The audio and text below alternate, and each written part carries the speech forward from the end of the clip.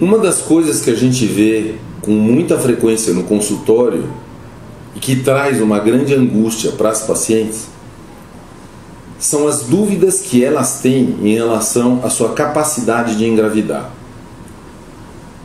Isso é uma coisa extremamente importante, porque uma paciente que pode duvidar da sua capacidade de gravidez muitas vezes se descuida e acaba engravidando fora de hora, o que vai gerar um problema enorme.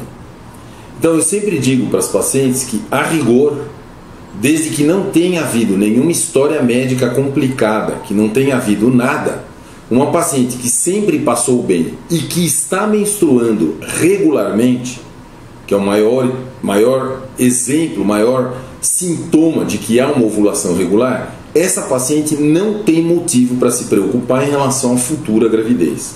Ela vai conseguir engravidar normalmente. O problema que fica são daquelas pacientes que têm menstruação muito atrasada, 15, 20, 30 dias de atraso.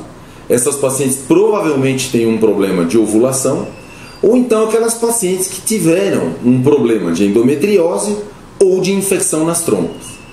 Essas pacientes, elas podem sim se preocupar, mas também se preocupar com uma ressalva.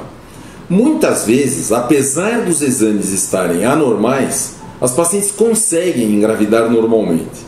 Então, a mensagem básica é a seguinte: é importante que a gente espere um certo tempo para dar tempo à natureza de funcionar. A gente não pode começar a se antecipar, mesmo porque esse problema de fertilidade é um problema às vezes muito sutil e 25% dos casais que procuram clínicas de esterilidade fazem toda a investigação e a gente não encontra nada.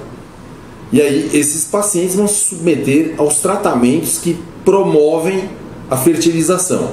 Mas veja bem, se 25% dos casais não tem problema nenhum, pelo menos que possa ser detectado, e não conseguem gravidez, é importante que a gente espere o tempo necessário para que a natureza faça as suas coisas. Então, o meu conselho para todas as pacientes que ficam ansiosas com esse problema de gravidez é que elas considerem, desde que tenham uma menstruação mais ou menos regulada e que não tenham uma história de infecção pregressa, que elas esperem o tempo normal, que é de aproximadamente 1 ano, ou 6 meses se elas têm mais de 35 anos.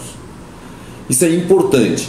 E muito importante é que a paciente considere que a sua capacidade de engravidar é normal, porque senão ela se descuida e acaba engravidando. Eu já tive vários casos no consultório e fica uma situação com uma ansiedade horrorosa porque é uma gravidez fora de hora.